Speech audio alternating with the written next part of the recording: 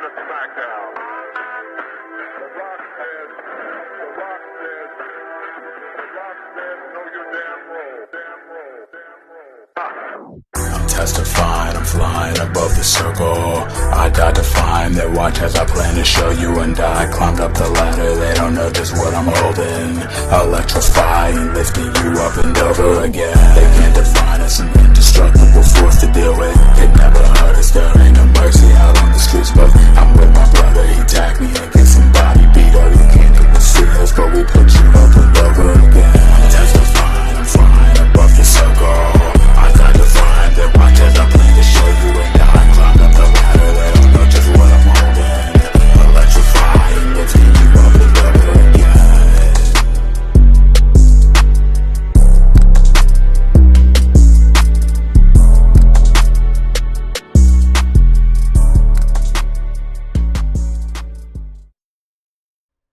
Welcome to the Up and Over Podcast, a professional wrestling podcast where a bunch of marks discuss pro wrestling, where everything's a work and none of our opinions matter anyway. Firstly, I'd like to introduce my man, the one that's held it down for the longest, the newest dad of the group. Not true, Tyler's new, but it's fine. That's Big Papa C. That's my man, Cortland. What's up?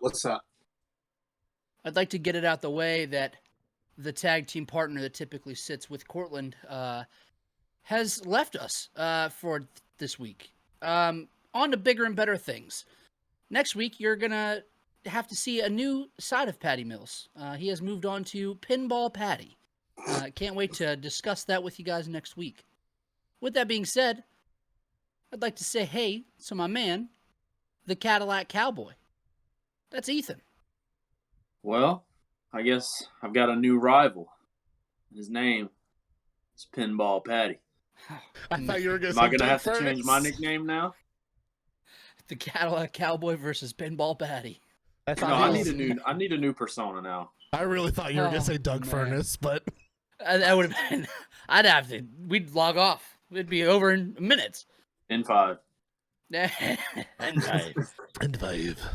then, of course, the curator of the podcast, the man behind it all at Up and Over, the man rocking the Up and Over merch that you can get at upandoverpodcast.com, the man streaming from his living room that looks like a guest bedroom, old Casey, El Gordo Gringo. I really feel like I need a whistle because I just feel like Bill Alfonso with all of the merch.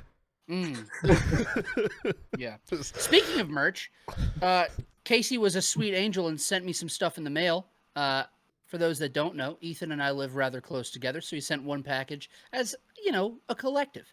I got Ethan's Up and Over coffee mug. Looks great. Looks beautiful. Not a big deal. Just like me. Looks great. That's mine. It's just missing a handle. You don't know how difficult it is being Mike Klinsky. A broken mug for a broken man. Tough life to live. Before we dive in, Cortland, I know that you're chomping at the bit here to get to the news of the week. I just want to say, for this week, a special shout out to one person and one person only. The man that can only be known by one name, one syllable. Ralph. Casey. Ethan and I had a Waffle House trip a few nights ago, and Ralph was our cook. This is news. At Waffle. It is news. I'm going to This drink is out of my what you coffee led mug. Give me off 1 second, fellas. The news in wrestling week with a man we met at Waffle House who said the words, Nope, she no, had no. a big old ass on her. Yeah. Ralph, let's keep it PG, bud. Probably. Ralph, Ethan and I were eating our hash browns. Ethan had a biscuit, and I had, we had something else in that plate, eggs. And we're just sitting there eating our 2 a.m. meal, 3 a.m. meal, just minding our own business. And Ralph is hollering at the other cook, just yelling. Eventually, it's just the three of us in there. The other two people that were in working for Waffle House leave. And it's just Ralph, Ethan, and I sitting there. And Ralph walks over, and Ethan, what does he say to us? You boys been out on the town tonight? Ralph then discusses in very graphic detail, and Casey and Cortland were there on Discord. I just told them to not say anything. In graphic detail about meeting a lady at a bar, waking up in her house, realizing that she didn't look the way that he expected her to look, and so he stole her boombox to be used as trade bait to get him a car ride home. To say that Ralph is an anomaly is to sell him short. So I just want to dedicate this week's podcast to, I don't know, over under 78-year-old line cook at Waffle House Ralph. Just wanted to give him a quick shout out. With that out of the way, Cortland, what do we have this week in the news of the professional wrestling world? Well, in the last 2 days, we got a whole bunch of stuff that I can think off the top of my head.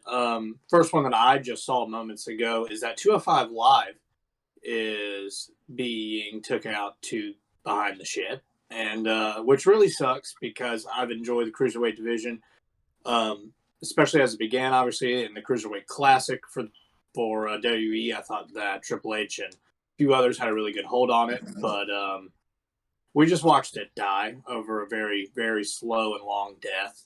And it's sad to see it go, but the Cruiserweight title has now been unified with the North American Championship, and we're just going to move on acting like it never happened.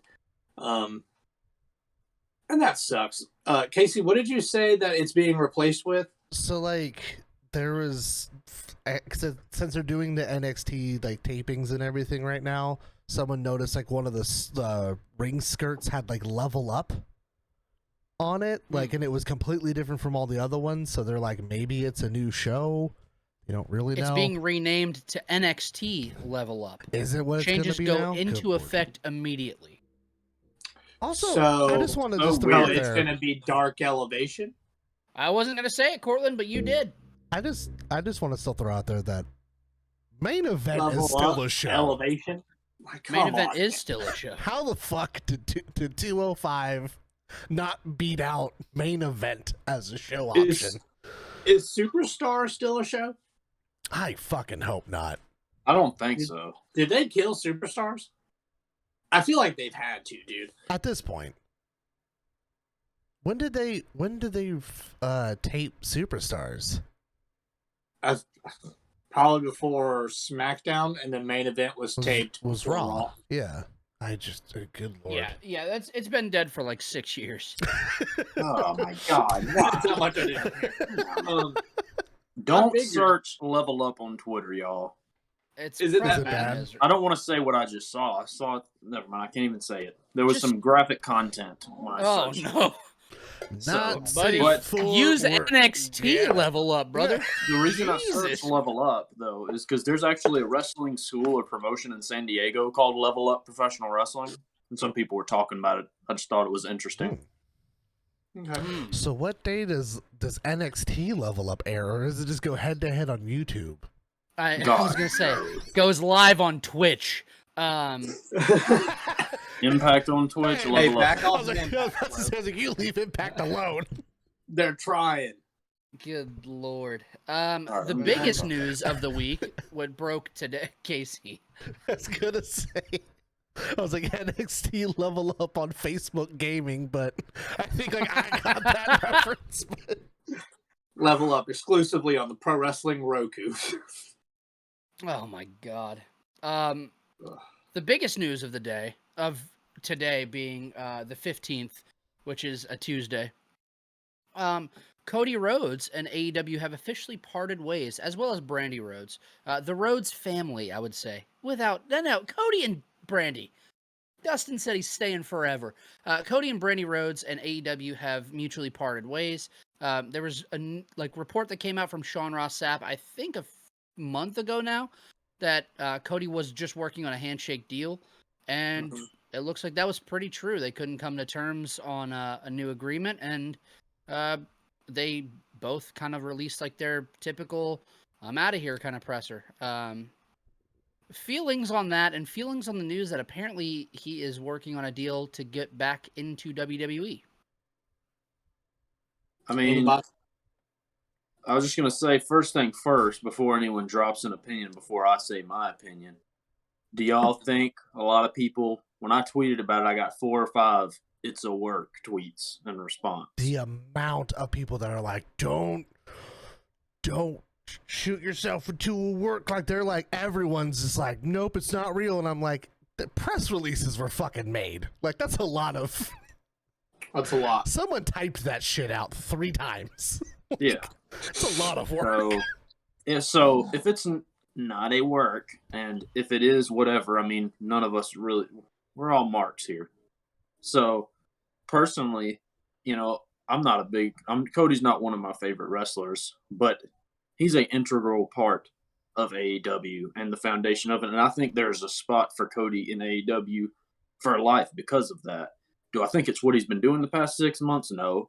But do I wish he was still around in some capacity? Yeah. Do I want to see him back at WWE? Now, I don't know. Fuck it.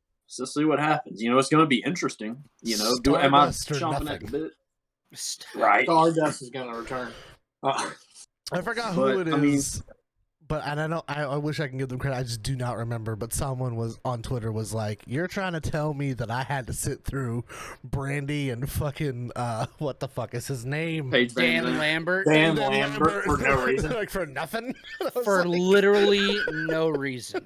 We all had to sit through that. Thanks. But how great is it going to be that Dan Lambert says he ran the roads out of the business? Oh, it's going to be good shit. It's going to be great.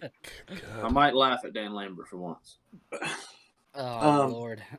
What was I going to say about that? Well, here's the thing about Cody going back to WWE. If you want to be a babyface, that's not where you go. I think your best bet, what's probably happening, is if you want to be a babyface that bad, man, you step away for 2 years, raise your kid, have a good time, do all the side shit that you've always wanted to do. You made good money, invest in a lot of places, and then in 2 years, return to AEW.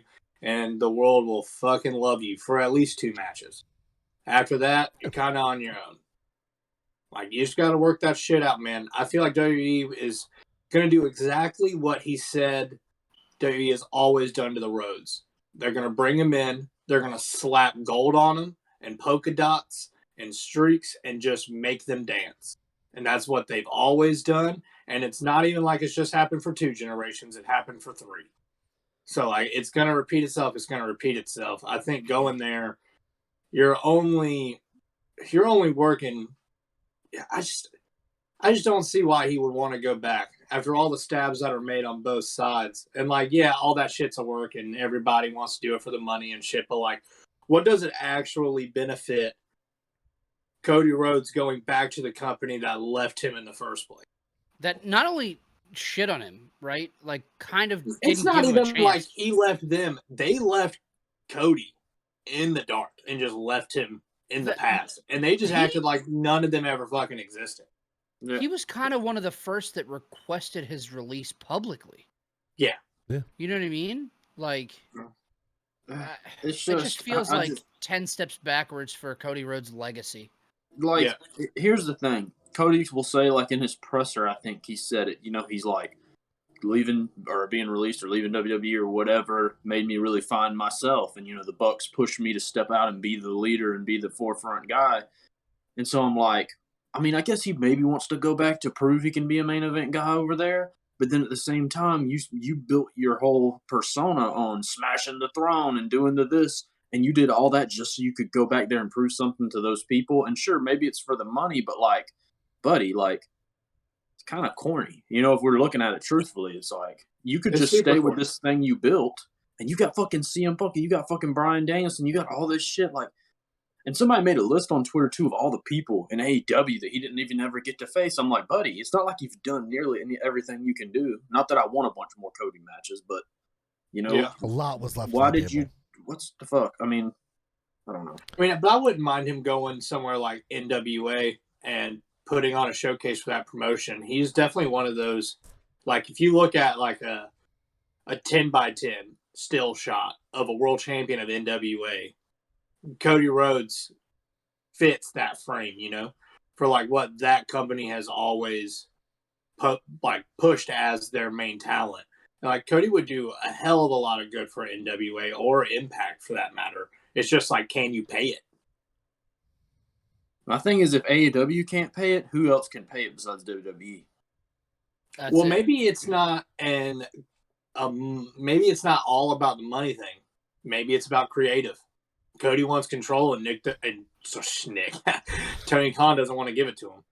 Well, because there was like a lot of reports that were coming out that like Tony kind of started pushing all those boys away and was like, I'm just gonna go ahead and just take care of this now because, and like we started to see a little bit more cohesion in a direction for everything, and that might have pissed Cody off a little bit. And I mean, I read too that Cody and Omega and the Bucks, there was kind of a dissension there as well. Yeah. I just feel like he was very uncomfortable being in AEW. I feel like he kind of pushed himself away from everybody. And like, apparently, go ahead, Court. I mean, even he's the only dude that came out of the middle of the fucking arena. You know what I mean? Like, you singled yourself out in every single thing you could do. You singled yourself out. Well, I think that's like the problem is like, was he a wrestler for AEW or was he supposed to be behind the scenes? And it's like there was like never really a strong differentiation of the two. And I was like, yeah, like him coming out the middle almost kind of like solidified like I am different. Yeah. Right. And apparently he and Brandy both didn't get along with the locker room. Like he just didn't have good relationships there. You know, it makes me wonder. I mean, when he first came in, everyone loved him and stuff. And then with the locker room rumors and stuff, I don't think Cody's a dick. But at the same time, you think about the majority of that locker room, they came from a total different background than Cody did. I'm just wondering if he got in there and, you know, he did make that company, but maybe it just turned into something that wasn't for him. Not saying one side's better than the other, but he probably can't relate to a lot of those guys in ways that they probably feel a certain way towards him. And it probably made this weird vibe of like, no one's outright going after one another, but they probably feel awkward, you know, mingling. You know what I mean? Well, like look at he gets his release from WWE. He like writes his list that like becomes uber famous, but then it's like he's super prominent on ROH TV. He gets super prominent in New Japan, and then does a couple of random indie spots, and then is like, "Fuck it, I'm making my own promotion." And like no one else is able to fucking do that. Like, he didn't even get to like take like a year or two to like really kind of go and be in front of fucking no one. Which like you know it's you don't really wish anyone to go through that. But like he went even like in his release, he's gone a completely opposite route than anyone else could even do. I just want to know if Fuego number 2 is still going to be around. I also just want to throw it out there because it made me laugh and it made Cortland laugh. There's a Twitter account called Vince Googling, and it just says neck tattoo removal for new signee. Oh man. What a that's terrible. it for that. Will the Saudis like Stardust in all caps? Oh, good lord! That's the last That's one. the Did next Cody one. quit Got it. TNA? Yeah. Did Cody quit TNA? Oh man, what a mess. Goodness. We had an unfortunate death this week in pro wrestling. Referee Mickey Henson, who was a referee for World Championship Wrestling from 1992 to 2001, and then most notably refereed for WWE from 2005 to 2009, passed away after a battle with COVID-19 after he actually overcame mantle cell lymphoma in 2008. He was given months to live, but he was able to beat it and then died due to complications at the age of 59 due to COVID. Just a quick shout out to him and love to his family. Absolutely. Anything else y'all want to add before we jump in? Was there anything else in the news? I can't think of anything. Stone Cold Steve Austin, rumored to come back for WrestleMania 38. Give me a hell we no. were going to get by without talking about this. Oh, hell yeah. Listen, I don't fully hate this exclusively because of who it's with. I still hate it. I would die for Kevin Owens, and I'm very excited for him. If it comes to fruition. What a thing to put on your fucking mantle that you wrestled Stone Cold at WrestleMania. Pretty fucking when cool. Everyone thought that would never, ever happen again, and it happens 20 years later. Yeah, I mean, he's 57 years old. Why? Why are you getting back in the? Don't do it. Buddy, you wore 2 knee 57 braces. Like, Was You're 57 old was as literally shit. forced into retirement or face paralysis. And then they're And, like, I don't want it to be it's a been 20 match. years. It's fine. I don't want it to be a match of 2 minutes long. That's just one Luthez press and stomps in a corner, and then he picks him up, flips him off.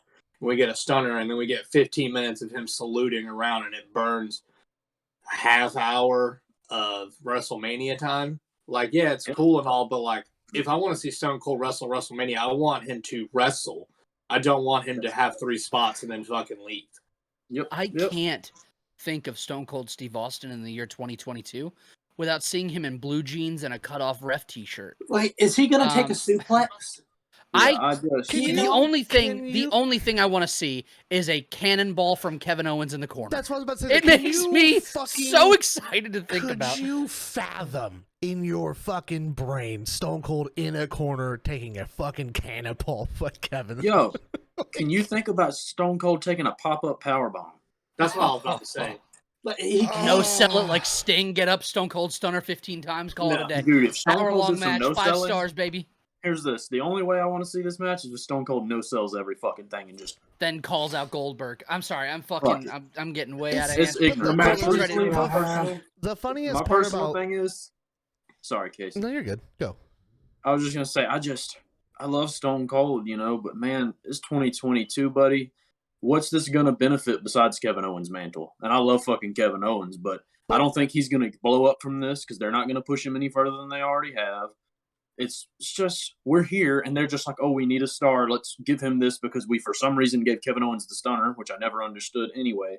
Once again, I love Kevin Owens to death, but why is all the new stars getting all the old stars moves? Should have just left him with the package pile driver. Not my argument to fucking win. To piggyback off of your point, though, Ethan, what side of it benefits him? Does him losing to Stone Cold benefit him, or because he'll be the biggest piece of shit if he beats Stone Cold? So I guess that could help him a little bit. That But could. either Now, way- but the question is, if you come back? Oh, sorry. I'm sorry, man. If you put Kevin Owens over Stone Cold and you don't give him a mean ass heel title run and try to solidify him, but my thing is, in my head, as a fan of Kevin Steen and Kevin Owens, they've already shown me that they don't view him as that top guy, so I can't get excited about the thought of it, honestly. And I love that fucking dude. Yeah. But I'm not going to believe, just straight up. I do not believe Kevin Owens should be beating Stone Cold. And I don't believe it if it would happen. There's no believability with Kevin Owens anymore because they don't make you believe. So, and on top of that, I was going to say, is that, why would anyone, I feel shouldn't come back from retirement, especially past 10 years, right? And you just go over a younger talent. It doesn't make sense. What? So that way you can be here for 6 fucking months while you kill someone else's entire career and all the momentum they've built for years? It just doesn't make a whole lot of sense. There is not enough money on the fucking planet to get a 6-month run out of Stone Cold at this point. Well, I'm using the example of I know. your Goldbergs and I feel like the only exception who I feel like is the wrestler who has put a lot of wrestlers over by defeating them is Sting. I feel like every match that's had with Darby and Sting all these tag matches have been great. Even the cinematic one I thought was done really well.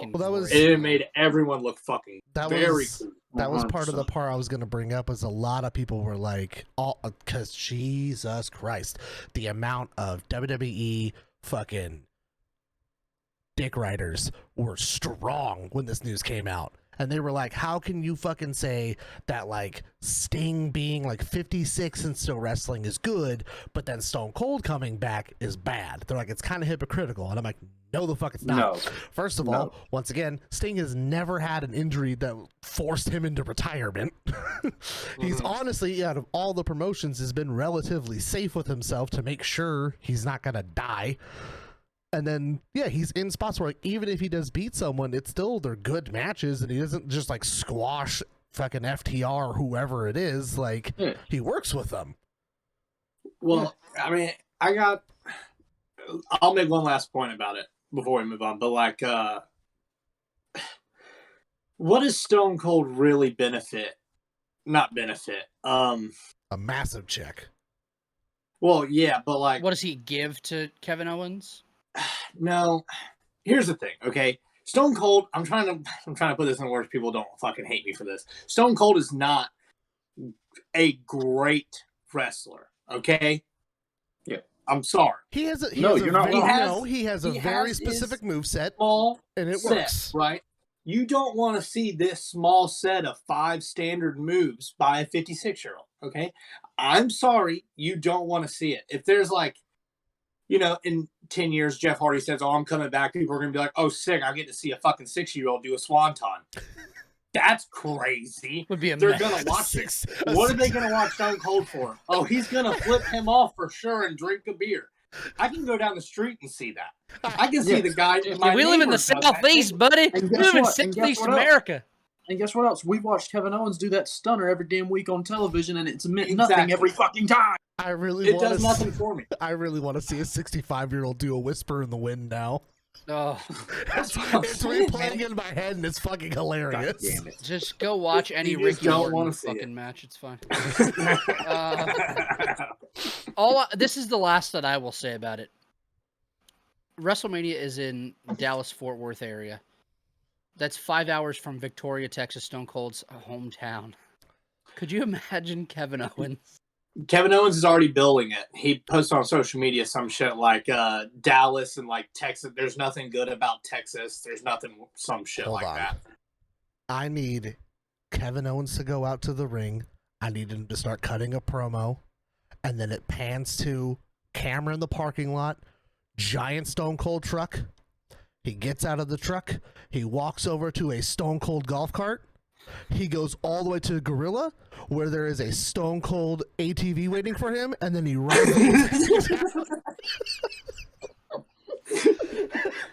I'm like, if we're doing this, I need the most fucking insane Stone Cold shit possible. He's got Stone Cold Segway with fucking snow tires. He's got the guy. Just a mess. He's got the old timekeeper that they fucking fired on his back, shooting fucking beer cans up behind him so you can catch him and shit. I need this to be the most ludicrous shit possible. I want like an invasion Stone Cold, like pure heel Stone Cold if I ever get him back. Just the most obscure shit. Just like, what does my watch say? What? I just over feel and like over again. I I just love feel it. like I'll eat that shit up. Kevin Owens hitting a low blow on Stone Cold immediately and then hitting him with his fucking moveset would be comical to watch. It'd be fucking crazy. I will pay money to watch Stone Cold do a package pile driver on Owens. Here's the thing: the only way this will be any good is if they did something crazy like that.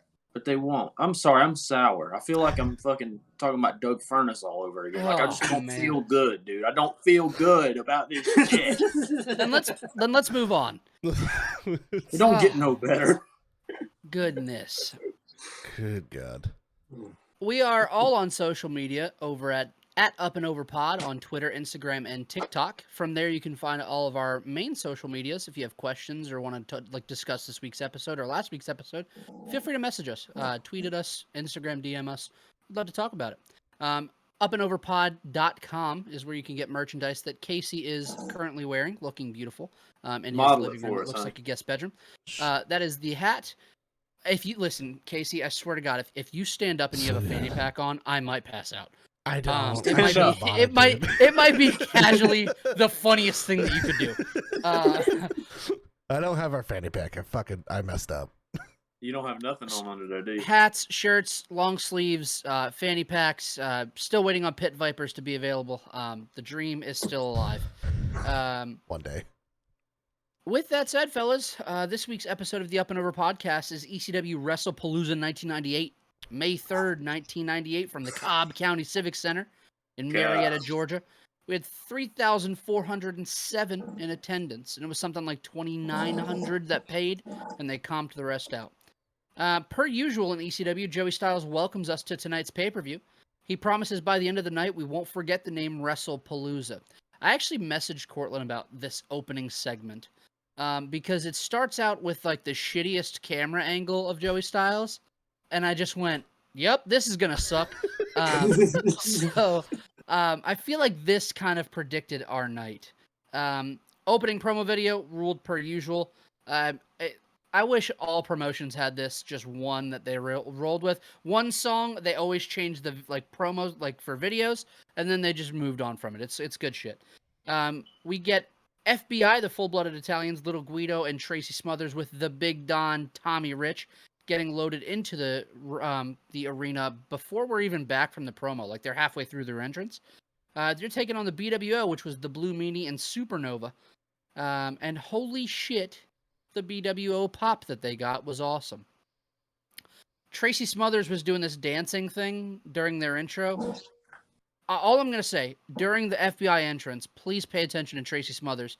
He's dancing, but I don't know how to explain what he's doing, but it is the fucking dumbest thing I've ever seen, and it entertained me the entire way. Tommy Rich gets the mic, and in the most non-Italian Southern Baptist type accent, says that they're going to whoop every fan's ass. And the crowd was mega heated about it. This was whatever, man. There was a dance-off. It was fucking insane. John Finnegan body slamming Little Guido and Tracy Smothers was fucking awesome. BWO being over organically popped me big, and they win after Supernova hits Novocaine. It looked like a botched finish that Tracy Smothers maybe didn't get in the ring quick enough, but what do I know? They celebrate after the match, they being the BWO, Blue Meanie, and Supernova, dancing to YMCA in the ring. What a fucking spectacle. I went 2 1/4, and I have nothing else to say about this. Cortland, what do you got for me? I went 2.5.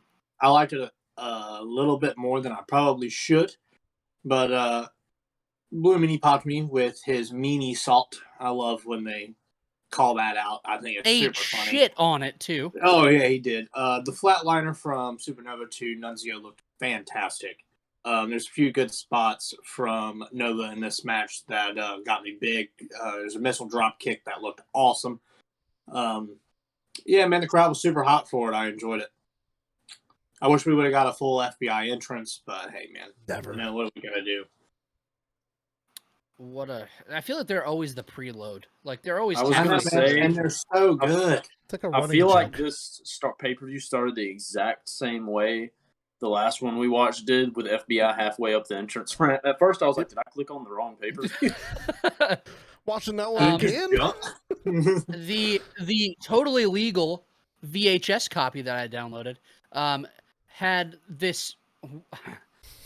I think it was like Arabic entrance. That was like the don't record this or else. I love that.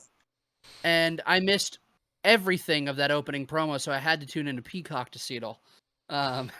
So that's how my day started with it. Casey, what'd you go? I'll give it a 2 1/4, because even going back, it's fucking insane to think about everything that happened in this match.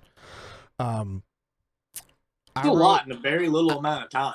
I wrote every ounce of Hendersonville, Tennessee pours out of Tommy Rich when he cuts a promo on the crowd, giving me Ralph from Waffle House vibes. Yes. Yeah, we have a fucking dance off. There's kids with fucking ICP paint on hard cam side. This shit just got weird. hanging the fuck out. And then I also was like, why does the Blue Meanie have a better fucking moonsault than Charlotte Flair does? It's one of the cleanest moonsaults ever. It's really good. Goodness It gracious. was really good. I just want to shout out Blue Meanie's crop top. That's all I wanted to shout out. Oh my god. I'm making one. Oh my god. If I get a hybrid Blue Meanie Joel Gertner for Halloween, I might fucking pass out. I might not exist. Crop top, the black eye paint for a mask Oh with the neck brace. And it has to be blue, like dyed blue. It'd be a mess. Well. A crop top blazer. It'd be yeah. fucked. A It'd crop be top fucking blazer, messy. that actually is not that bad of It'd an be idea. messy. Ethan, I saw you yawn. Did this match bore you? No, it was a blast. It was one of the most fun things on the show for me. I love when they do stupid shit like the dance off and the ref doing the. I mean, sometimes it doesn't work, but the crowd loved this shit, so it was a blast. I went 2 1/4 on it. it worked because it was the first thing to do. I think Right. anywhere else on the card, this Yeah. would have been a fucking train wreck. But like it works You're because right, it's you're like right. this set the bar, and then it just downhill. Yeah, it was unique, man. It was fun. They danced to YMCA as they left, which made me like, I was like, y'all. I wonder what house music they played for y'all, but it was like fucking very clear, like it's fun to They stay were at just the playing world. Like, it was like, the oh my generic, god, like they were just playing the generic like BWO music that they have like on Peacock, but like I watched him do it, but I was like, is he just trying to sign BWO? Like I was really confused. And he fucked up, so he just started B? doing He was just like, W. Oh, I don't fucking know, man. oh my god, what a mess. We get a promo for Just Incredible versus Mikey Whipwreck. Whipwreck took Just Incredible's undefeated streak. Incredible then injured Mikey and has been trying to re-injure him since his return. We got a grudge match on our hands, fellas. So we have Just Incredible with Jason, fuck Jason, and Chastity taking on Mikey Dead or Whipwreck. alive. Is This Jason- was a fucking blast. I really enjoyed this match. It was. I went back to add this as a comma. It was absolutely reckless at times, and we'll get into it because I could hear Cortland yelling, "What the fuck are y'all doing?" at certain parts. Mikey wasted no time getting down to the ring and just beats the shit out of Just Incredible for a bit. There's a spot on the outside where Mikey tosses Just Incredible over the guardrail, and Justin almost kills a small child. And it popped me so big. Bro, I sat up.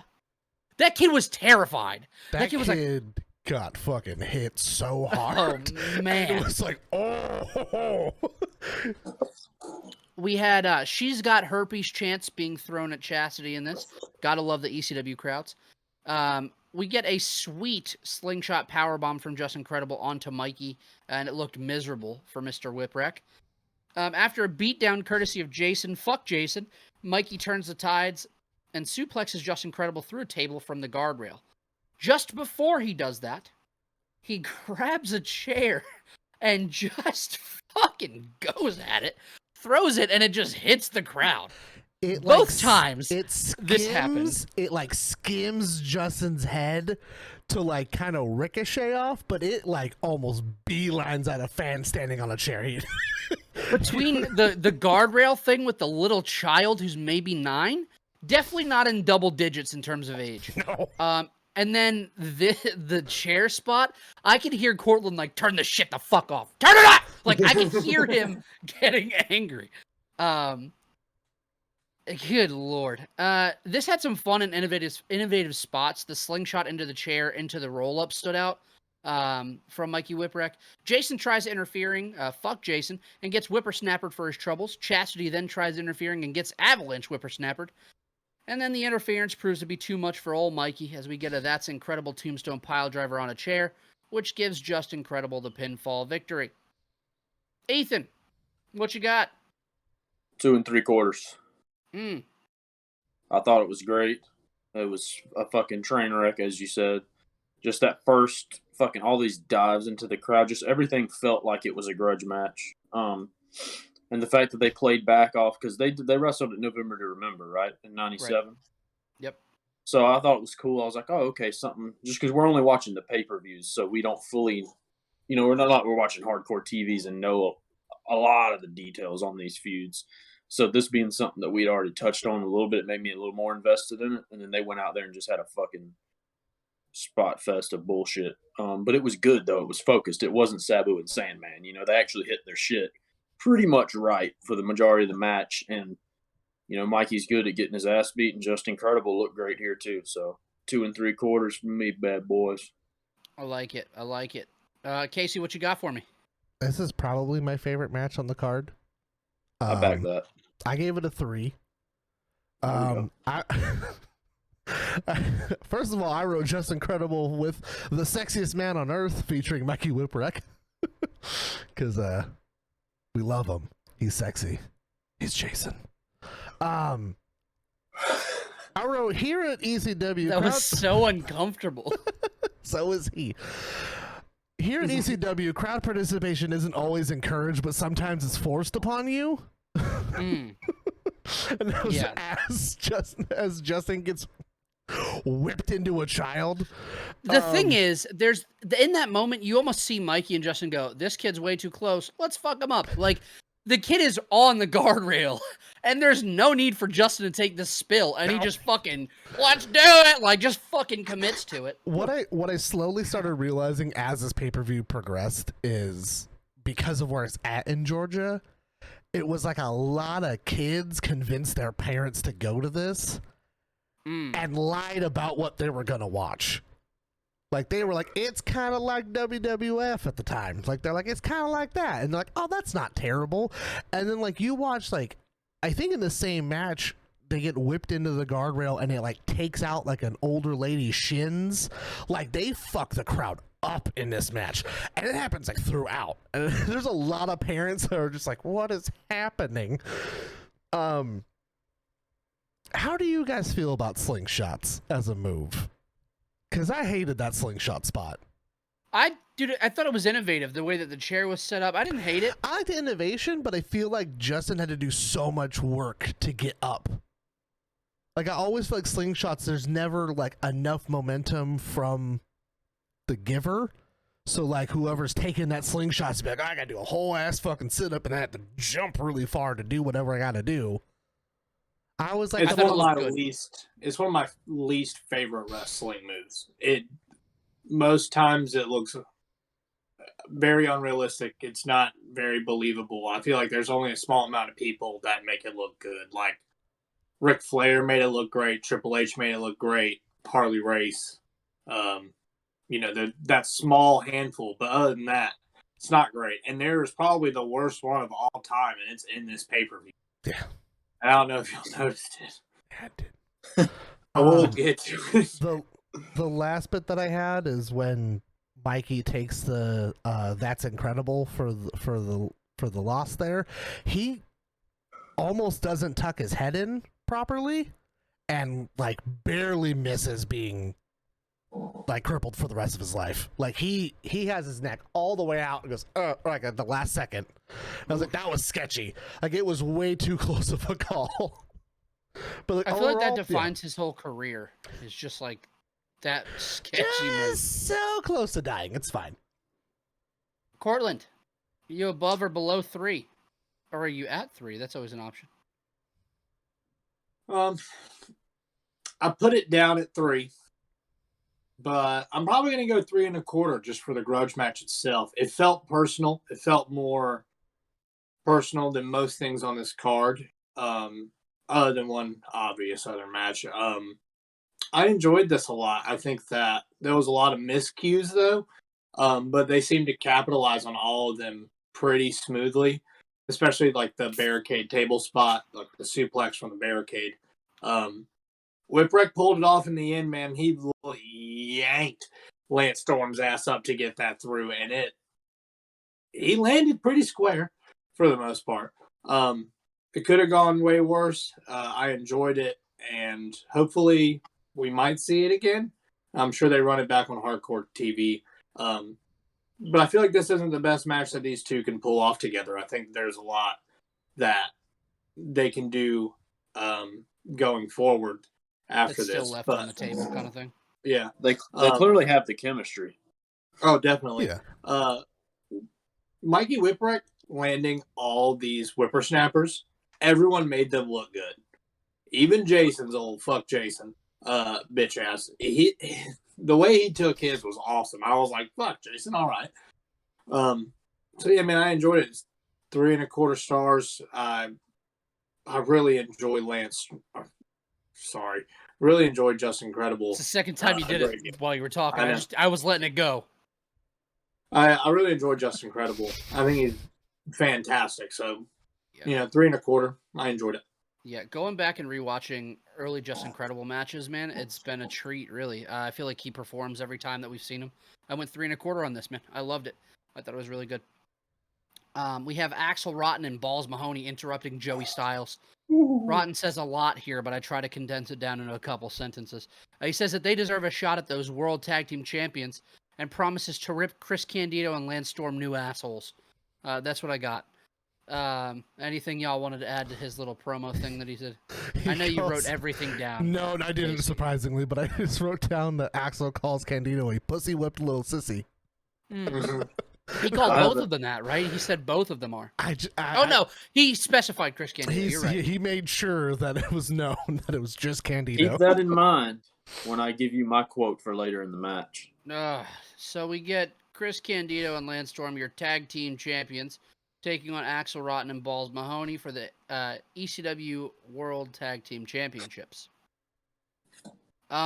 Candido and Storm make their way down together, and then Candido walks to the back and This gets his is- own introduction. The greatest fucking thing I've ever seen someone do.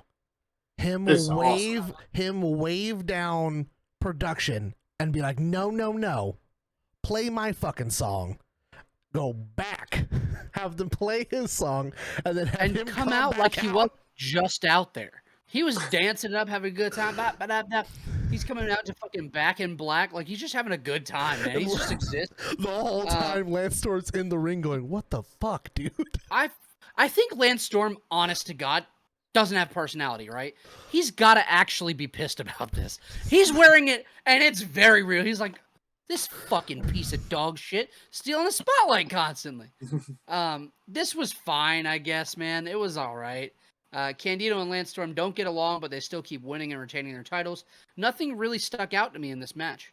I just felt like it was okay, and I don't think it's their fault, but Balls Mahoney and Axel Rotten just might not be the best dancing partners for them.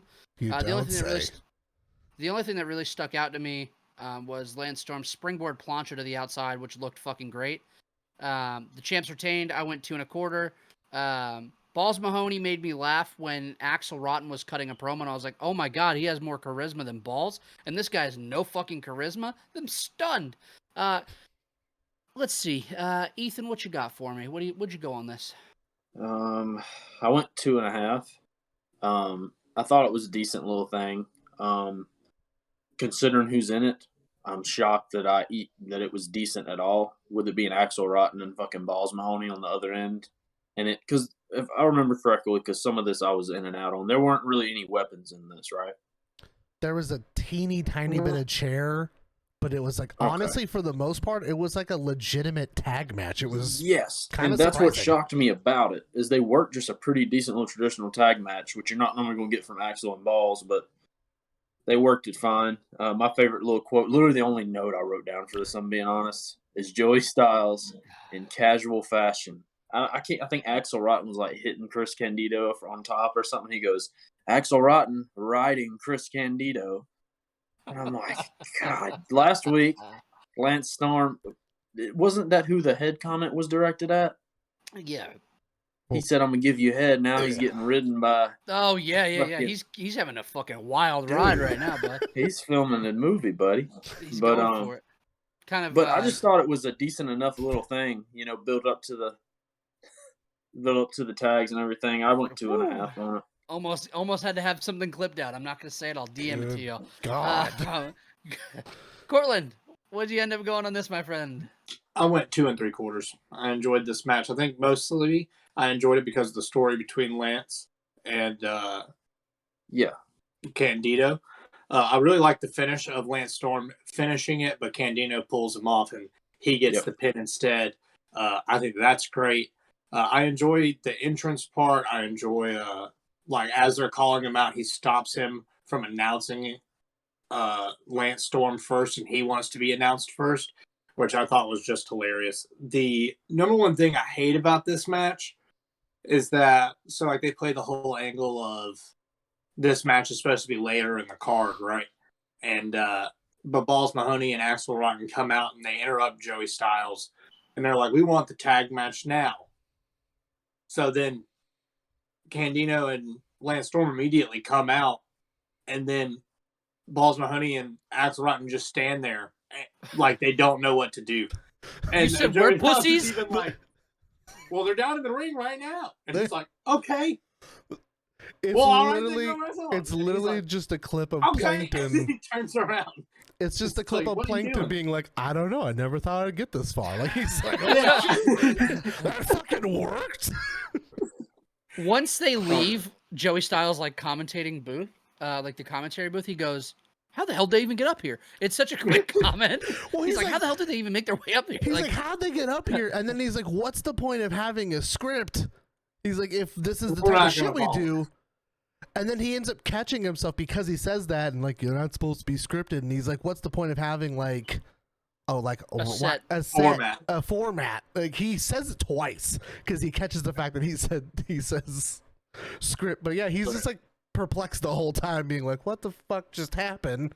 I guess we're having a tag match now. It's fucking great. Like, Yeah, man, Lance Storm is fucking fantastic. So is Candido. I think they worked the best that they could out of this match, and it really, it could have been way worse. I expected it to be worse, especially last week whenever we were running through this card. I was like, fuck, that's going to be awful.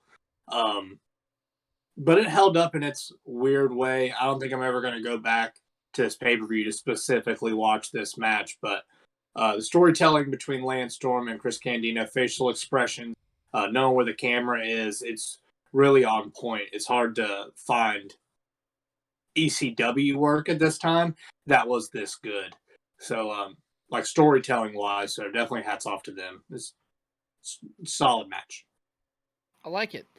We get a quick flashback to earlier in the night. We had Junkyard Dog, Dirty Dick Slater, Masked Superstar, who I do believe was Demolition Axe, and Bullet Bob Armstrong were being celebrated in Georgia. Fun little tidbit about this. New Jack punched Junkyard Dog before the segment. He punched him in the face. why?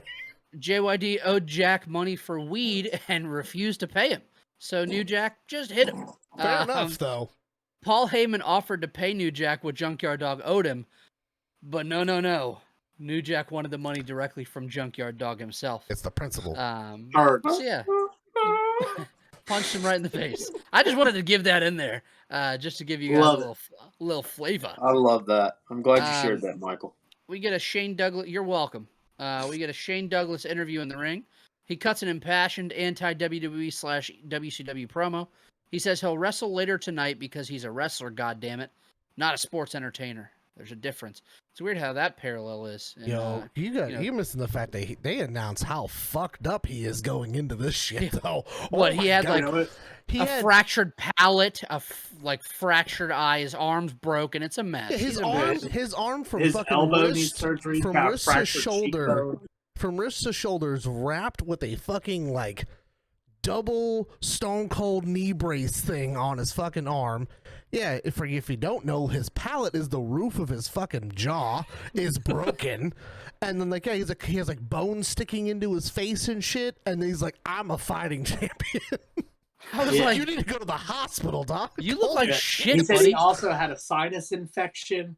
Yes. Like, he's fucked up, and he's like, I'm a winner. Literally, I'm like, are you? While he's coming out to the ring and Joey announces all that, I just went, God damn, franchise got fucked up. I was like, Bro, you Jesus. look like shit. Speaking of him getting fucked up, the man that fucked him up, Taz, comes down and wants him to acknowledge that Taz indeed fucked him up. Taz also says he's the uncrowned champion. Shane Douglas saying, "Get the fuck out of my way" on a live mic made me laugh. So I spent probably 3 minutes on this one moment. I watched it 100 times. It was my favorite thing. So before Taz comes out, though, he cuts a small promo on Shawn Michaels being a pussy. He literally is like, I don't care where I'm at. Fuck Ric Flair.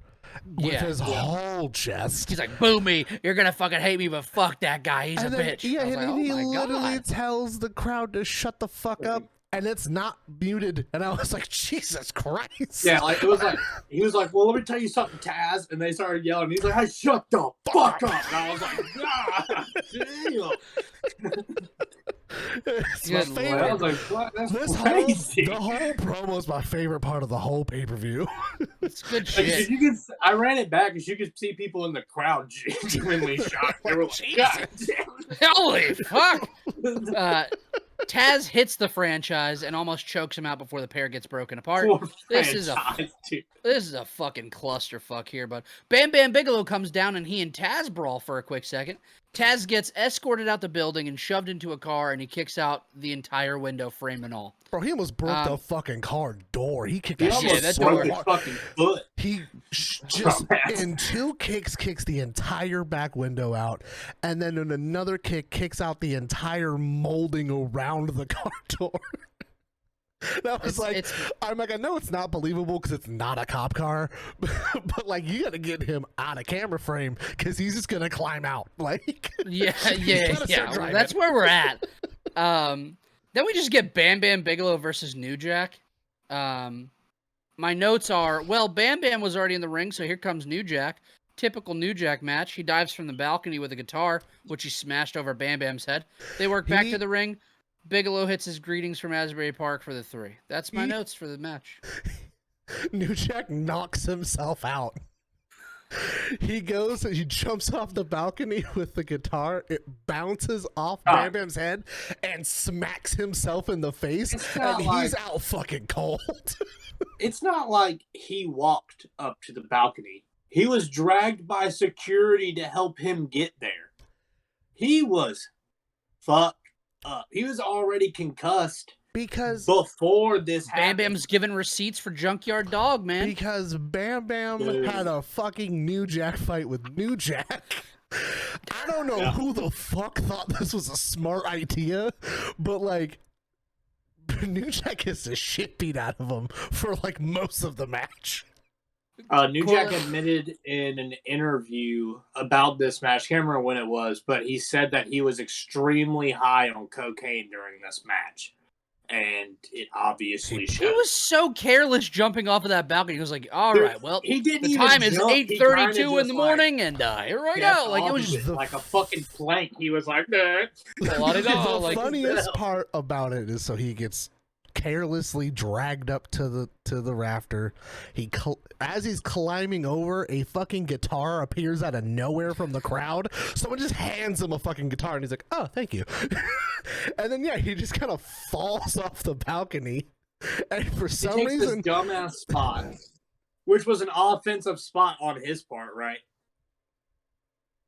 The whole time, but he loses because of the spot. The whole time, though, Bam is selling that he has no idea where New Jack went. He's just standing down in the crowd, being like, "Where did it go?" And he like looks up and he's like, "Oh shit." I guess I wasn't in a fight with a man. Okay, well, I'm just gonna stand here for a little bit. He's so unconscious that Bam has to carry him. Actually, he has to fireman carry him over his shoulder, has to carefully put him over the barricade, climb over, pick him back up, then put him back in the ring. It's the most insane shit. Hits a greetings from Asbury Park, leaves. I need to know what you gave it to. I need to know what you gave it, Cortland. I give it a 1 3/4. Me too. Just because I don't have much to say about it. 1 3/4 for me too. Thank God that Bam didn't kill New Jack. I went 2. Or New Jack didn't kill himself. I loved it. There's also the spot before all this. Leading up, I fucking hated it so much. Leading up to them doing that spot, Bam puts him over the barricade and fucking like, as if Bam's at a hardcore show, fucking takes 2 steps and somersaults over the barricade straight into New Jack. It's that funniest shit, dude. I told you, man. Dude. When it's over those barricades, he doesn't give a fuck. He's like, oh yeah, I can't just walk past it or walk over it. Time to flip, motherfucker. Like, he just like loses his mind, dude. Bam is great. However, New Jack is fucking not. And this match is another example of how all the matches we've watched of Bam so far have been above decent, right? They've been good matches. They've all been at 2 3/4 or higher than that, right? But we get a New Jack match, and how far does that shit fall? Because it's not a match. I had to give this... It's just trash, man. None of this shit's entertaining. I had to give this a 2 because I could not give Bam anything lower. I feel like we're watering down how severely shitty this is. Like, if y'all, people listening, don't believe it, go to Wrestlepalooza 98, jump to this match, and just... It's like 6 minutes. Breathe this shit in. It is fucking horrendous. I'm gonna re-binge that shit after I'm done here. Yeah, it's 8 minutes and 27 seconds long. But if you think about it, it's like Bam Bam legitimately tries, like he does the psychology part of trying to eliminate the use of weapons as much as possible, but then like they get introduced and then like it's just New Jack. New Jack's fucking terrible. And it's like Bam Bam's just trying to steer this fucking coked out maniac down something palatable. But like, it can't be believable if it takes your coked ass opponent 5 minutes to climb this barricade, or not barricade, but like this fucking balcony, It's right? like 30 steps. And he needs help from security. You're just looking at the crowd that's looking right at you, that's pointing at the guy right behind you. And you're like, over there. Where is he? What are you Like, he's too big for you to say, over there, dumb fuck. He beat the shit out of you. So you're just stuck like, dumb motherfucker. oh, Mr. Bam Bam, would you mind? He's over there. And he's just like, Please, sir, pardon me. please I look think you're missing your cue.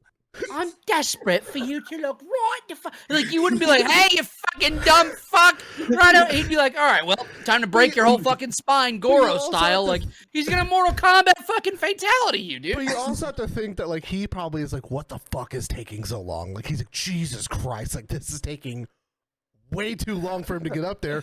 But, like, he can't go and chase after him because New Jack will just jump off the balcony. Like... Dude, security tries to. You can tell how they're walking. They're like trying to make it look like they're not literally carrying him up. But like New Jack stops for a second and puts his hand on his knee for a breath. But like the security keeps walking and you see them like pull his shirt and he gets wobbly for a second. And because they like release and he's just like, I don't know where the fuck I am. Okay, we've spent too much time on this. It's a mess. Awful. We get a promo. This is not better. We are not upgrading. It only goes downhill from here. We're deep in. We get a promo showing Tommy Dreamer, Sandman, and the Dudleys all being ruthless with weapons as River of Deceit by Mad Season plays over the video package. Which, I don't know if you've heard that song, but watch that video package. Wrong song for that video package. So it is fucking bizarre, dude. Why did they have that playing? It is go back and watch that video package, play that song, and you'll be like, how did we get here? Yes, River of Deceit by Mad Season plays over the video package. I paused it and laughed out loud, like George of the Jungle style laugh, because it didn't make sense in my brain. Man, I thought I would have seen that. I'd have probably had a good rant. That's one of my. I love that fucking song, man. Go back and rewatch that promo and figure it out. But it's shocking. I'm gonna figure it out and make a personalized video for the podcast. Please. We get the Dudleys with Big Dick Dudley, Sign Guy Dudley, and Joel Gertner taking on Sandman and Tommy Dreamer. Joel Gertner finally fucking disappoints this week, fellas. He hits me with a Joel, the ladies call me Fred Flintstone because I make their bedrock, Gertner. I just love that he's like, before you meet our opponents, the extreme alcoholic and the man with more TNA than the Las Vegas Strip review. I just love that he refers to Sandman as an extreme alcoholic and he calls Tommy Dreamer fat. It's great. Well, Tommy's not gotten slimmer in his old age. Nope. This was whatever, man. The Dudleys fucked Sandman's neck up early, so he has to kind of leave. They beat Tommy's ass for a little bit till little Spike Dudley comes down to be his impromptu tag partner. A lot of weird shit happens. I feel like this was overbooked Tommy Dreamer bullshit, and it was like a Dudley Boy match all in one, and I was like, this is fucking miserable. I felt like I died and went to hell, and I had to watch that match. Sandman eventually comes back. He and Dreamer hit stereo DDTs for the pinfall victory. I went 2, but I'm going to go a star and 3/4 because I thought New Jack Bam Bam was more entertaining. Cortland, I know that probably hurt your feelings, so let's start with you. It doesn't hurt my feelings a whole bunch. I think I went 2 1/4 on this match. It's not nothing to run home about. I think Spike Dudley is definitely the best part of this match, and it makes no sense for him to be here.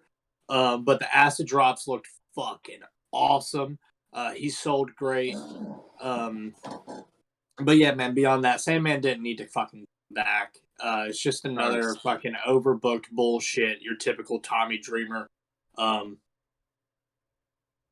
said it last week, dude. Tommy Dreamer can carry any person into a bad match. And it just happens every fucking time I watch a Tommy Dreamer match. I think the only Tommy Dreamer match I've ever gone over 3 stars is him and Raven. And I think it's like the 6th match they had, and there was no interference. And like that shit took forever to get to. It's typical Tommy Dreamer match. It's typical Sandman match. Thank God it's not Sandman versus Sabu. I'll say that. Thank God. But it still ain't fucking much better. So 2 1/4. Shout out Spike Dudley for always looking great and selling great. Devon, hold on. One thing. Please tell me you're about to talk about that. Put in the Tree of Woe. Yes, that fucking spot popped me big, and I forgot to write it down. 9 hours. He is in that Tree of Woe for fucking 4.5 hours. And Spike just comes and hits that drop kick on the chair. Off the backs. Yeah, off the backs, right? I completely forgot about the backs part, which just makes it so much cooler. And the way Devon sells this is, it's chef's kiss, man. You can't ask for a better sell than someone stuck in Tree of Woe just convulsing. It's the funniest thing that you can see. Yes. I feel like that the quarter of my 2 1/4 comes from that spot alone. That's fair. Spike Dudley's the king of this match. I'll leave it at that. Ethan! I'm glad you called on me because I'm about to fall asleep over here. So, here we go. Same old shit we get from all these fuckers. It's not you. It's not you. Huh? What? Ethan. You said you're about to fall asleep and Corlin said thanks. Corlin said, hey, thanks. No, that ain't your fault. It ain't you. It's this goddamn pay-per-view in my work day. So, this shit, it's the same shit. I'm trying to get riled up. I'm gonna have to fucking spike something here in a minute. But, we're not far along here. Huh? Till I'm about to be fucking jumping out my seat, bud. Oh, I know you are, and I'm gonna put you on mute. Oh, Lord. So, here comes this. I went 2 1/4 on it as well, mainly for Spike Dudley being the only fucking sensational thing, motivated thing about this dog shit. Here's the deal, man. Fuck it, I'm gonna go off on one. I watch these ECW matches, right? You know, I saw all the hits, you know, and you hear all the praise. And I had this huge nostalgia, you know, for an ECW because of the nostalgia that WWE created for me for it. And One Night Stand 05 was so good, and I went back, I bought all the unreleased DVDs, I saw the good stuff, and I'm like, buddy, that was the only good stuff you had. Because this shit we're watching here, man, when y'all told me we're going to watch some ECW pay-per-views, I said, okay, cool. I've been looking forward to rewatching some of this stuff and seeing a bunch of new stuff. Because, you know, ECW, man, it was cool. Buddy, I don't want to look at this shit no damn more. This just ruined me. If it makes you feel any better, I had such high hopes doing this too, and I'm so fucking sad every week now. Dude, it's breaking me down. That's why I thought, I was like, wait a minute, my birthday's next week? I gotta get us out of this fucking hole for a week. God damn. Spoilers. Because I was watching this show, dude, and I could not fucking keep my nose in it. So, anyways, 2 1/4 on this match. Thank you, Spike. Dudley's, you doing... fuck Tommy Dreamer. Move on. Ethan, I just need you to know this. We are only a few pay-per-views away from a Masato Tanaka Mike Awesome match. I need you to stick this out for just a little bit, because I know that's what you were looking forward to. Casey, what you got on this one? I think y'all are cowards. I gave this 3/4 of a star. This match fucking sucked. Oh my god! This match was fucking terrible. Oh, not good. Notebook. This is I literally wrote, this is another Dreamer match that needs 75 things going on. It's fucking bad.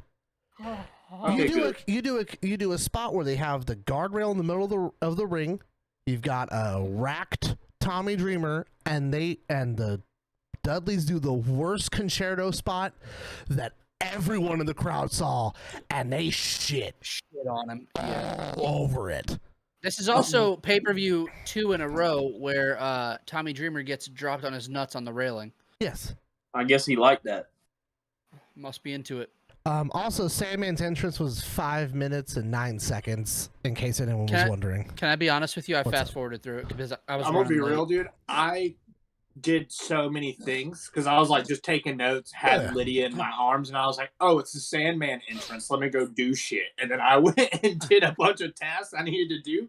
And I was walking around and I looked at Alex and I was like, Sandman's entrance still running. And I had already finished like laundry. I did formula bottles, heated some shit up, went outside to grab the mail. I came back and I was like, smoked Sandman 2 entrance. cigs. He's at the third barricade. I got 2 barricades to go. Sandman's entrance almost goes as long as the Bam Bam match, just to put that into perspective. So no, I'm sorry. Yeah. I love all of you to death, but I think you're all the cowards and call this match like it is, and it's not worthy of a full star. It's just not. Man. I don't give a fuck if everyone in the locker room comes out to help this match. It wasn't good. Oh no, they saved that for later. Got to get everybody out and try and make this feel like a big deal.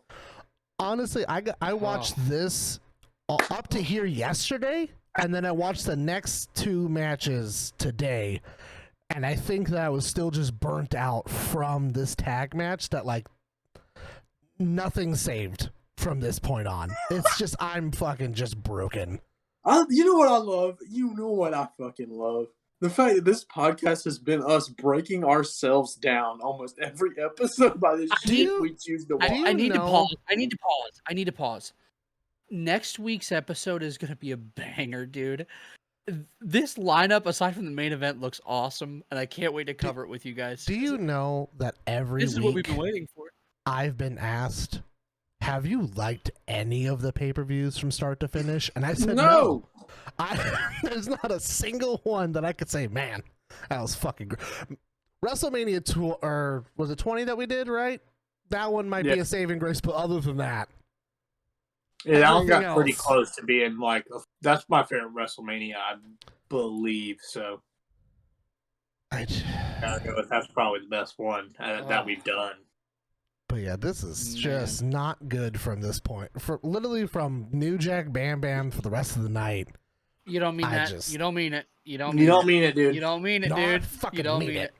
You don't mean Let's it. move on to our amazing spectacle that comes next. Oh, Lord. Here we go. We get a quick promo for Rob Van Dam taking on Sabu. They're friends that Sabu is now your number 1 contender. They wanted to share it. They're just not sharing because... All right. Do y'all have the promo video of this? All I could think about... There was one moment that I thought about Cortland, and it's... They slow-mo Sabu going for the high five and RVD just dropping his hand and him getting mad. It's in slow-mo, and I was just like, that's Cortland shit! I will say, any time that they've shown, because this does go on for a minute, but them, both Rob Van Dam, RVD and Sabu playing tug-of-war with the belt is my favorite shit in the world. Awesome. What a mess. All right. Casey, I'm gonna give this to you after I read about it. God. Nope. You know what? You take it from here. I'll let you do your thing. Whatever notes you have, then I'll pass it to somebody else. It's fine. I wrote, why was this 30 minutes? It's Rob Van Dam versus Sabu, and it finishes in a 30-minute time limit draw. And it is 29 minutes too long. It is so... It's not necessarily bad, it's just aggressively long. They try so hard to just drag out this whole time limit. Sabu doesn't understand pacing in the fucking slightest. It's just fucking leg drops with a monkey flip, with another leg drop. With a Van Daminator, with a failed Van Daminator, with... It's 30 minutes long. It's so rough to get through. I With all that mentally said- checked out after this. I need to know what you're at on this. Honestly, I don't have a rating. My only Just note for give the it. whole thing is How do you why- do this every fucking week? There's always a match where you're just like, I didn't rate it. This is Because what we do. it doesn't deserve a rating for it being this long. There's no story being told Yo. this whole fucking time. Honestly, half this show was hard for me to rate. I don't think it even deserves the time to give a rating, but I just wrote it down. Fucking 2. Give I'll it a take 2. it. I'll take it. Ethan, what you got on it, man? What other notes you got on it? There ain't no notes. This shit went 30 minutes, a million leg drops. Sabu fucks up when he has control. Usual bullshit. Let's get over it and get done with it. Move to this main event so Mike can come all over. So yeah, 2.25 fucking 30 minutes. I've said the same shit because they did the same shit over and over. Why do I need to put any effort into this when they just fucking did shit for 30 minutes? Cortland, we're at 2 and 2.25. I need to know, what do you have on it? I went 3 stars. I enjoyed this match. I wish it was shorter. They definitely could have got what they wanted in half the amount of time. But the story where they're going, I mean, you can't do DQ finishes in ECW. You're not going to do a no contest. People aren't going to believe a small table spot's going to take both of them out when you see them kick out of them at one most of the time. There's too many leg drops. There is a really sick like monkey flip leg drop from Sabu that looks really great in the opener of this match. I was surprised that it opened with basic chain wrestling. And then you get a double cross from Sabu after RVD says that everyone's gullible for believing he would wrestle his best friend and tag partner. I enjoyed the double crosses occasionally. This one was an obvious one. But it's 3 stars, man. They beat each other's asses, that's for sure. There's a few spots that I enjoyed in it. I enjoyed Bill Alfonso cheering whoever's winning in the moment.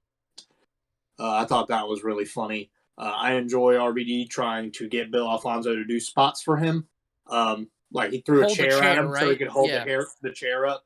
And as he goes for the kick, he takes the chair away, and he's like, "Either way, I'm a winner, baby!" And like points for Sabu and does an RVD. And like that's so funny to me. tough. So Casey yeah, man, is so it's distraught by this 30 minutes. It's He just straight brutal. up huffed when you It's said too long for it's sure. good shit. But like, 30-minute matches can be great, right? We've watched Dynamite matches that are an hour long that are fucking fantastic, but it's about pacing. You have to make things feel important. If your first fucking move in a 30-minute match is you doing a somersault moonsault, like I'm already out, dude. Nothing is going to make me care about the rest of this. How am I supposed to care about a suplex or a tight headlock if you've already pulled out 4 leg drops and fucking 6 tope suicidas? Like, it doesn't do a whole lot. And Sabu should not be wrestling for 30 minutes straight. No. God, no. No. Sabu's max match should be 8 minutes. Yes. Yeah, I honestly had car 7 in my crash, head. get it over with. And Get get the it fuck in out. the fuck out. 8-minute Uh, Then the max. New Jack should just run it every fucking week. Kill It each should other. be have a fun 8-minute fucking max. time. 5 Wow. minutes is Sandman's entrance. All right. Let's go on. This was fucking long, but it doesn't mean it was bad. Yeah. It had its fun moments, right? Sabu did It a did, fucking it did. triple jump dive into the crowd, for fuck's sake. It Yeah. was funny as fuck. Speaking of triple jumps from Sabu, he tried for a triple jump DDT to put RVD through a table, and he fucked it up. Surprise, surprise. How does a table break but not break? It's so fucking funny. In this position. I've if never I seen crack- one person have so many issues with a table as Sabu. And it's this spot exactly. Every time. It is the DDT between the ring apron. He almost and kills the Rey Mysterio at one of the one-night stands. Yeah, he almost It's like kills his 06 ass. one night stand, I think. He Yeah, almost 06. fucking kills him, dude. They stretched this match out without knowing how to stretch it out well. Mm-hmm. And none of the moves in the second half mattered. Yeah. Still 2 3/4.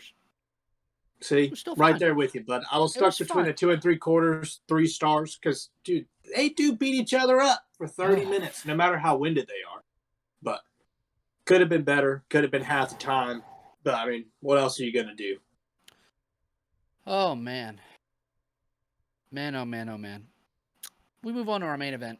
Before we get there, we get some promos. We got a Shane Douglas versus Al Snow promo.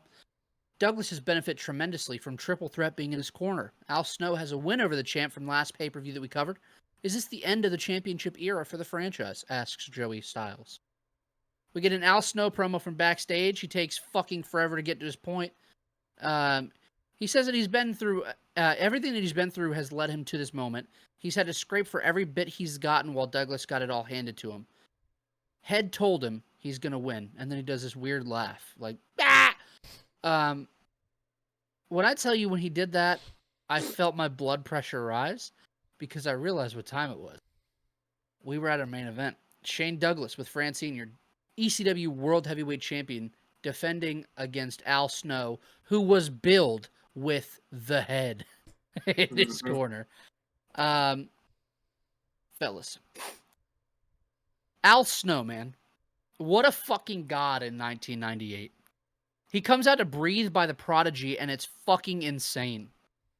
I don't even know how else to describe it. There are fans in the crowd with 2 mannequin heads. This is a spectacle. Can you imagine if this went its entire 1 hour limit? God. This was my favorite thought that I had. How buff some of these fans would be from shaking their mannequin heads for an hour straight is my favorite thought that I've had in a long time. Douglas almost kills himself by diving into the crowd feet first from the top rope. Oh my god, dude. And I was stunned that we made it to this point. He almost hits the barricade, barely clears it, and then just fucking lands and slips, and it's just a mess.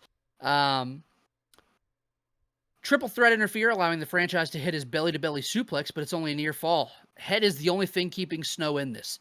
Head is empowering Al Snow. Head is the lifeblood of Al Snow. It's casually raining Head in the ring throughout this whole match. It's a locker room sellout. Get them all Head. Snowplow for a near fall. He didn't do it exclusively on one leg. The coward. Snowplow on Francine. Al Snow is melting everyone with Head. He goes for a diving sunset flip from the top that looks like shit. Douglas captures the legs and gets the pinfall. The dream has died. Head is no longer what it was. We live in a headless society now. Stunned. Rating 3 stars. Go fuck your mother. Whatever you guys want to talk about. The fact that while you're explaining that, I catch my Paul Bear Taker 8x10 in the background, and I'm just thinking that Head is the urn to Al Snow. Kind of makes me sad. Between the styrofoam rubbing up against each other on multiple heads and the "she's got herpes, show your tits" chant for the entire match, 2 1/4, and we'll just move on. Cortland. I give it 3 stars as well, Mike. I love it. I think it's fucking awesome, man. I enjoy Al Snow's work in 98, obviously. It just feels super big. The crowd fucking loves it. I'm super entertained after the bullshit that I've just endured for the last half of this pay-per-view. Dude, Shane Douglas, man. Let's just take a minute and let's just celebrate how fucking great Shane Douglas is. Because if you just watch his work, separate from like Al Snow, and like these very serious matches that he's been in for the World Championship, it's some of the best shit you'll see out of pro wrestling. And for him to take this on in his state of looking half dead, and he still pulls it off.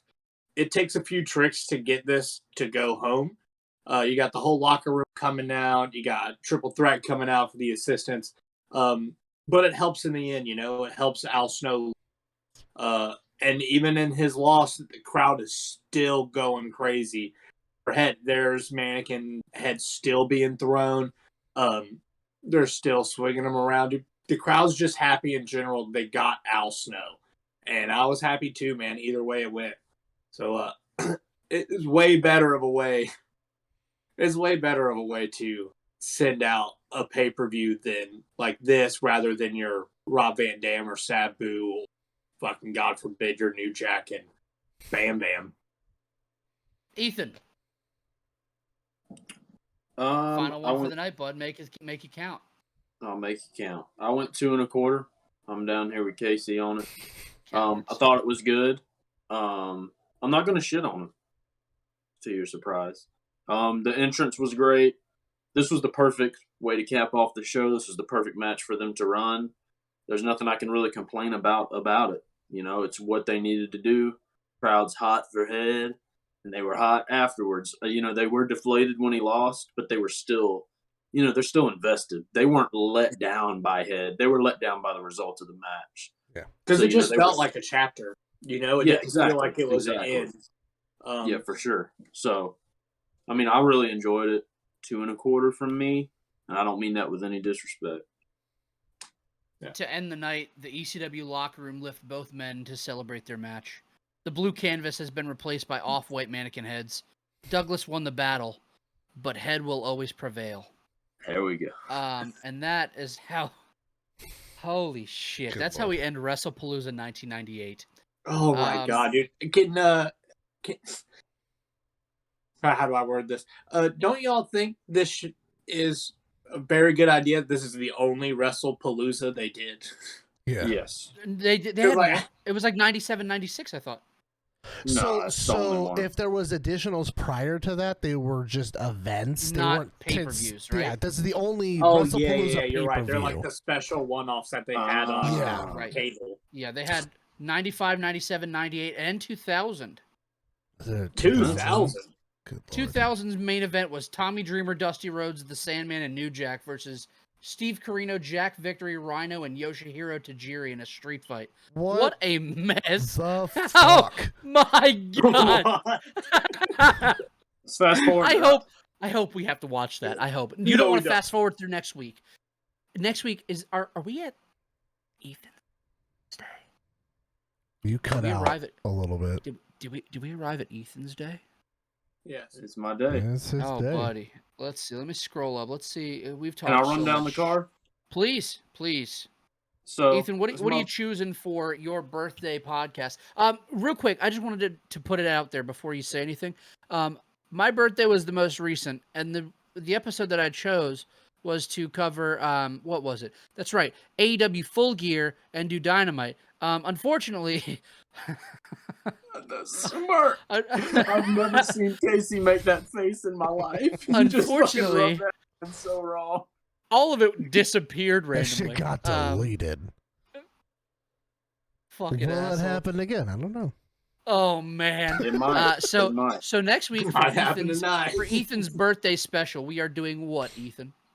We're gonna do something that's not a terrible show. We're gonna do PWG's "Don't Sweat the Technique" from April 3rd, 2015.